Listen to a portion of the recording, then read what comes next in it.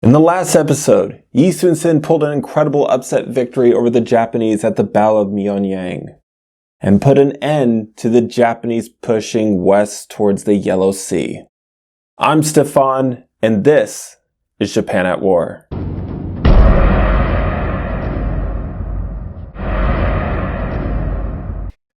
November 22nd, 1597. It has been a month since Yis Dream's amazing victory at Myeonyang.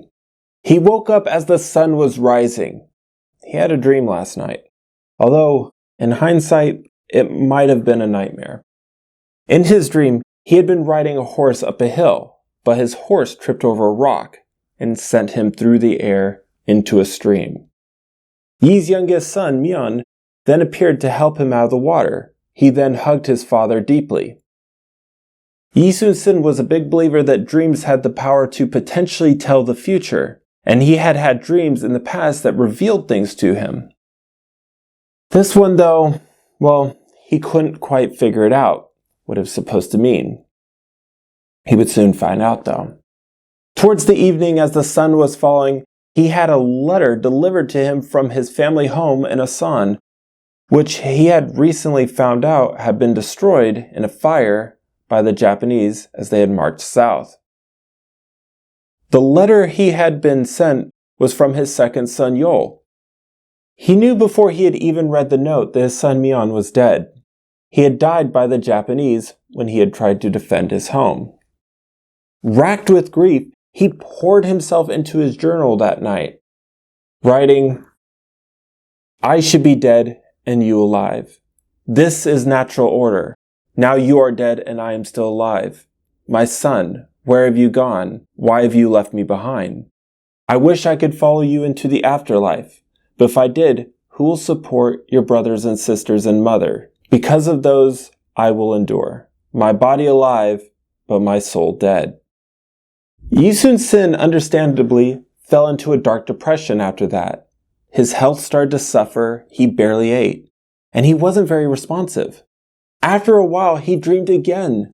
This time his son Myeon appeared before him with tears in his eyes, begging him to avenge his death. When he woke up, he summoned his staff officers, then told them about his dream, and asked them what they thought it meant. After a while, one of his men suggested that the ghost of his son was disturbed by the fact that they had a recent captured Japanese soldier on board. He commanded that the man be tortured and interrogated.